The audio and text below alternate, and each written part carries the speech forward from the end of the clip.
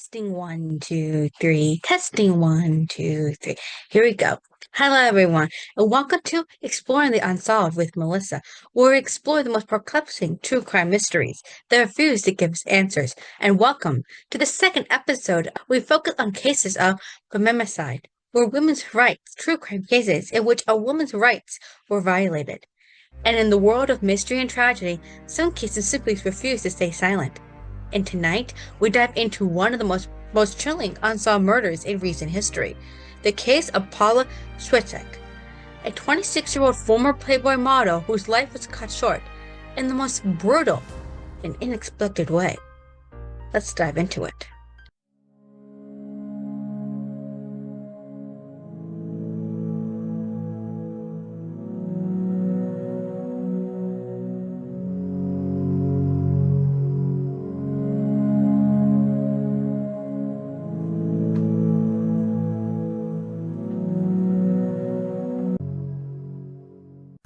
Subscribe. A little bit about Paula. She was born in Garden City, Michigan in November 15th, 1983. She had one big sister named Kelly, who was 14 when she was born. And all her life, Paula loved attention. She loved beauty, she loved makeup, and she was absolutely stunning. You can see her photos of her. And this is a woman who was truly beautiful. But she wasn't just beauty. She was actually a very good student who got good grades in school and had a big personality. So this made a lot of people just draw naturally to Paula, the total package in many people's eyes. She actually had aspirations of joining the nursing field, and her mother thought this was a good field for her. She had the brains for it, of course, with her good grades, and she loved helping people in need. So this was a field that Paula would like to dive into. And in order to help to pursue this nursing career, she did modeling. And modeling was a way for her to make a little extra money because she really did like buying the expensive things in life, like the most expensive shoes, cars, things like that, to show them off. And this was also to help fund a nursing degree, like money towards tuition, books, and she would often dye her hair from brown to blonde, do everything that they said to make her look beautiful. And she actually appeared in a Playboy video. Her mother didn't say much about her being in Playboy, but that was a good way to step into that field because a lot of women who join Playboy or appear in a video see that as a small way to take it to the high life. She only auditioned for Playboy. She also worked at a strip club. So she was doing all of this to fund a nursing degree and also to get the expensive things in life so that she's not doing bill by bill. And she moved in with her boyfriend, Kevin. Now, Kevin is something of a mystery in this case. We'll get to more of him later. Kevin and Paula's relationship was tumultuous. They loved each other. There was passion there. They invited the family to California, which they lived, that being the star capital of the world. But they decided to go to Miami for a concert. They originally had plans to go to Las Vegas. They decided to go to Miami. This actually something haunted Paula's mother, believing if her daughter went to Las Vegas, she would still be alive. So let's go into the early morning hours. They went to a club called Club Space, and by what investigators say, this is a very naughty club. Like they said, if they had daughters, do not be going to Club Space. And they were having fun. Paula was showing off, dancing with these men. And they were dancing, having a good time, but Paula was enjoying her stay too much. She was flirting with men in front of Kevin. And in the early morning hours, an argument arose between Paula and Kevin. This agreement about her prerogative dancing, she was not, by some report, not wearing underwear. And Kevin, after touching her and grabbing her, is thrown out of the club and leaves. But Paula, she stays. But eventually, she leaves herself or she's kicked out. Those two reports differ from news sources to news source. And as the night draws to a close, no one knows exactly what happens next. We do know she left the club though. And by 7 a.m., surveillance photos showed Paula leaving the club alone, or was she? Behind, a shadowy figure could be seen walking out with her. We don't know if this was a bouncer, a patron, maybe an old acquaintance of Paul, which is unlikely considering all her friends are in California. Her family is in Michigan, so it's unlikely she knew anyone from Miami. And then hours later, the unthinkable heavens. Kevin's the one who realized something was wrong when Paula did not return back to their hotel. And he begins to grow worried. He reports her missing and began calling the coroner's office, hospital. I'm looking for my girlfriend, Paula. This is what she looks like. Unfortunately, the unthinkable has happened. A passerby discovers a burning dumpster in North Miami. As firefighters extinguish the flames, the charred remains of a body was burned beyond recognition, but her body is unrecognizable. It took her dental records to confirm her identity.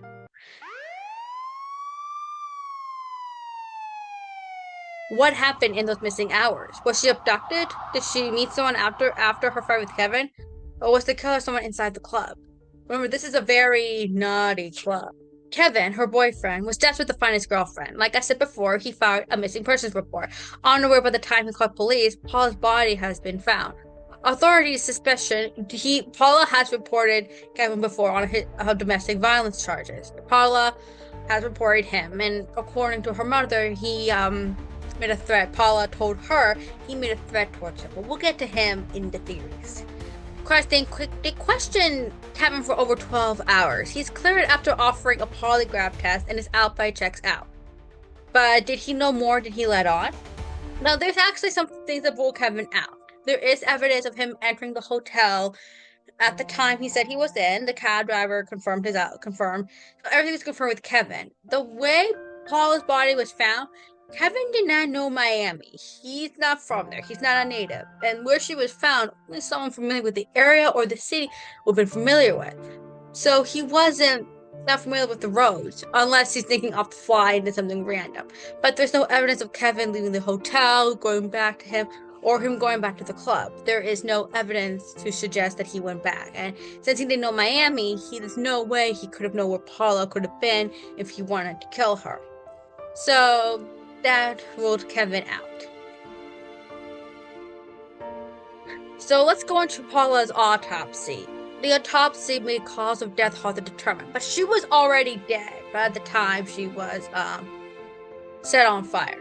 So by the time the fire was set, she was already dead. Based on marks on her neck, there's a possibility Paula was strangled to death.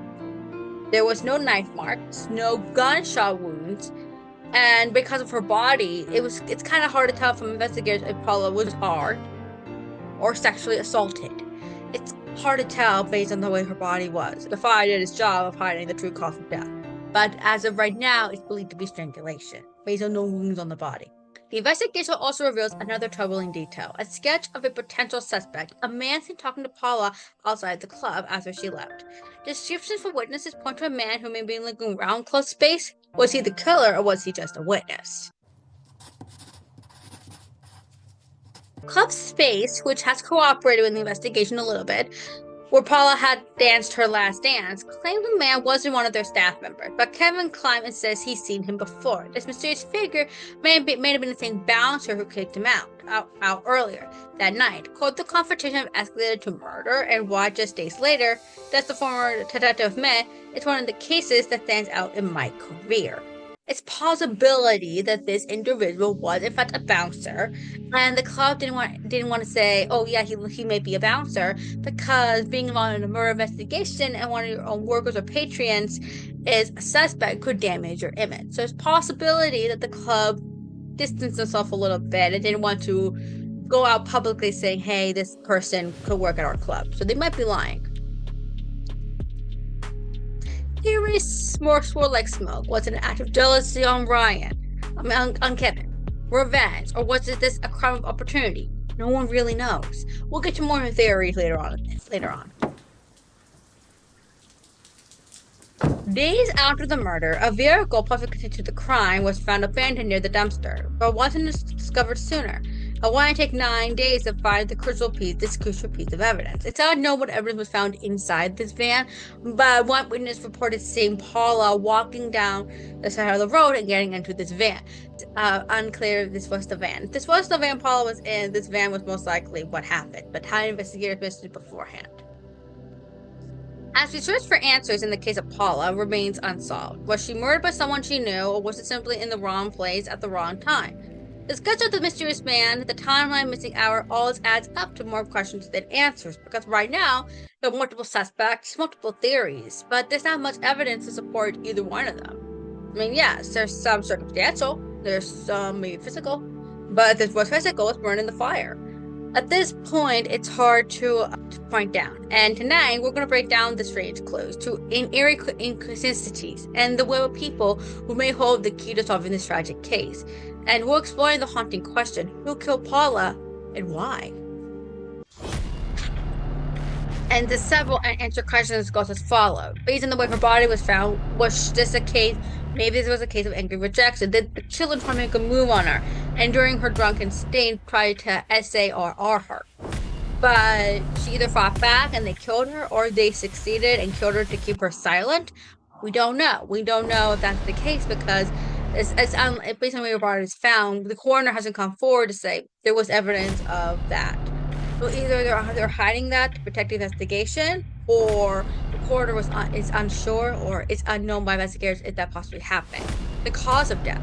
We don't know if Paula was strangled, was beaten. We don't know gun or knife marks were found on her, so it's unlikely she was shot or stabbed to death. But based on what her injuries are, it makes it hard to determine cause of death. But marks on her neck point to strangulation. But was she killed in another manner beforehand? We don't know. What happened after she left the club? Was she going back to the hotel? Was she looking for a cab? We don't really know what was happening before it led up to her murder. And who followed her to the club? It's possible this person was stalking and waiting outside the club, wasn't allowed in, and waiting for Paula to be alone. When she realized Kevin left and Paula was alone, there you go. You have your motive. We don't really know what really happened leading up to the murder and following afterwards. We don't know what truly happened.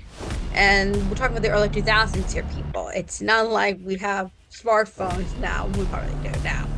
But that's something we have to keep in mind. This is before the more advanced technology we have today.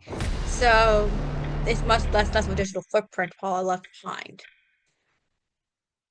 Other things that are unknown is that it's unknown the police has any fingerprints or DNA recovered from Paula or from the dumpster.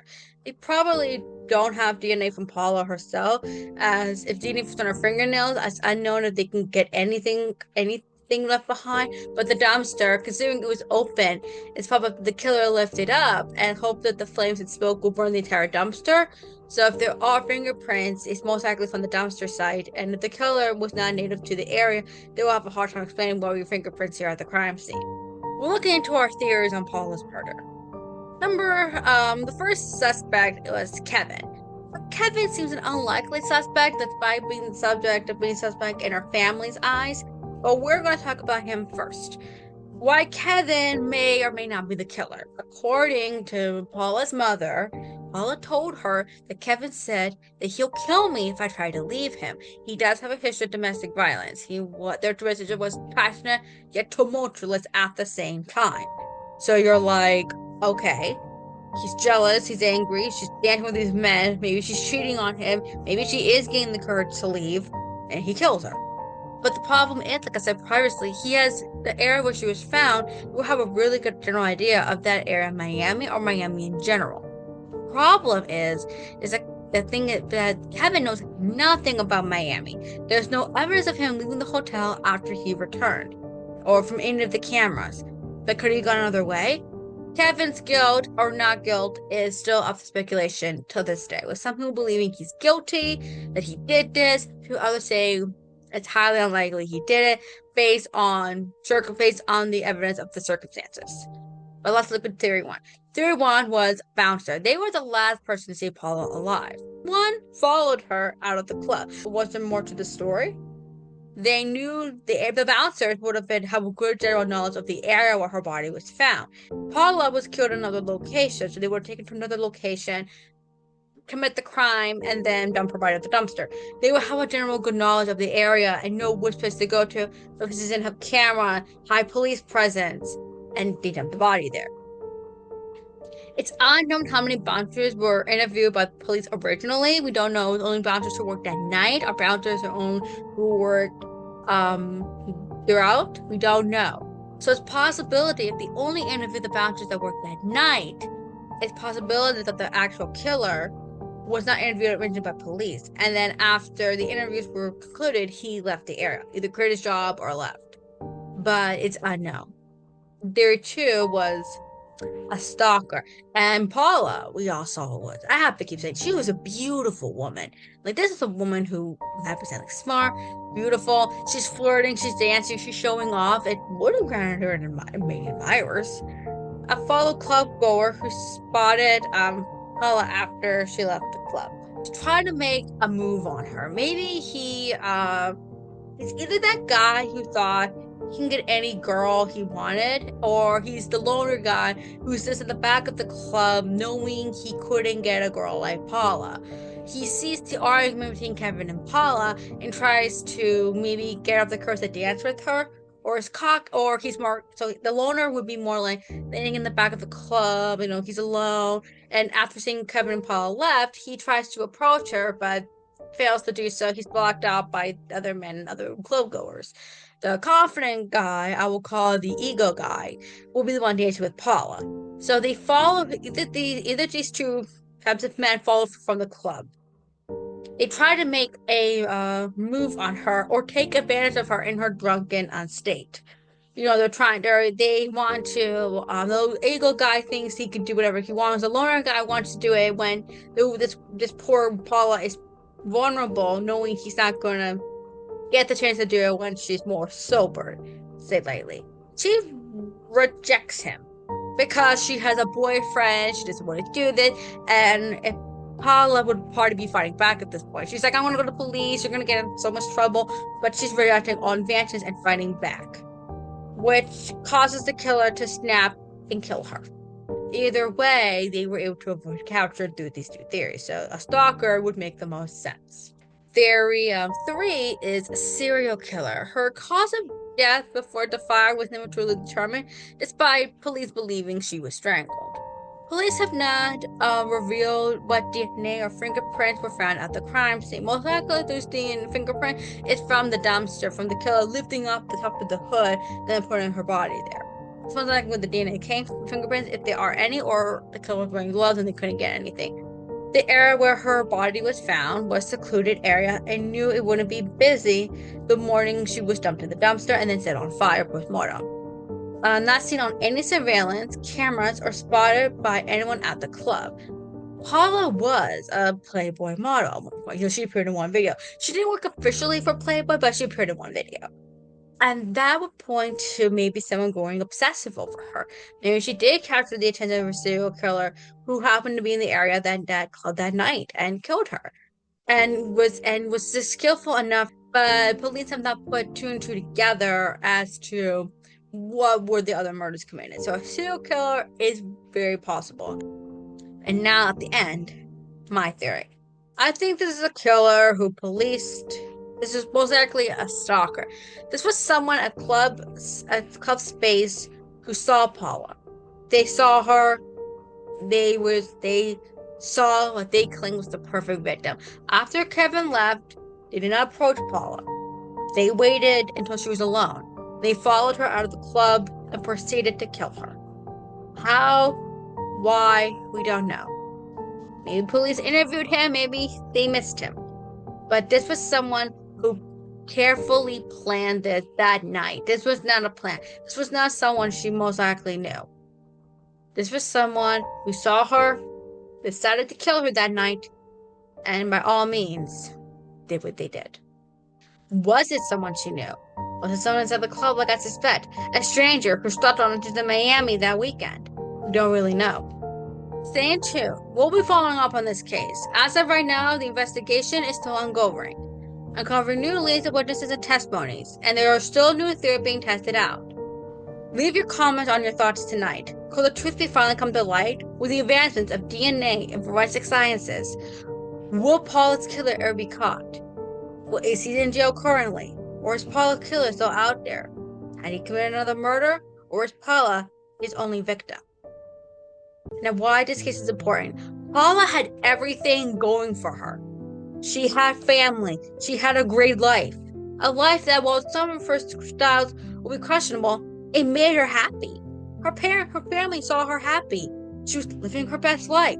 She was modeling, hanging out with her friend, living her dream. This was her dream she was living. Getting a nice thing, going to Miami, having these vacations. She was living her best life. It may not have been the life that her family expected or wanted from her, but it was her life. And the idea that someone, for no reason whatsoever, decided to brutally murder her and rob her family of what could have been is just inexcusable, because at the end of the day, there's not really a motive in any of the suspects. Sure, Kevin has a motive, jealousy. But if Kevin killed his girlfriend because if he couldn't have her, no one can, or this stalker, serial killer, whatever, killed her for no apparent reason, that's inexcusable to someone like Paula, who had her whole life to do whatever she wanted, only for it to be snatched away in the Miami night. Until next time, stay vigilant, stay curious, and remember that truth is always out there, waiting to be uncovered. And Paula will be fighting for you until the day your killer is behind bars. Paula's ashes now sit on a table in her parents' living room. The medical examiner told Paula's family she was dead before she was set on fire.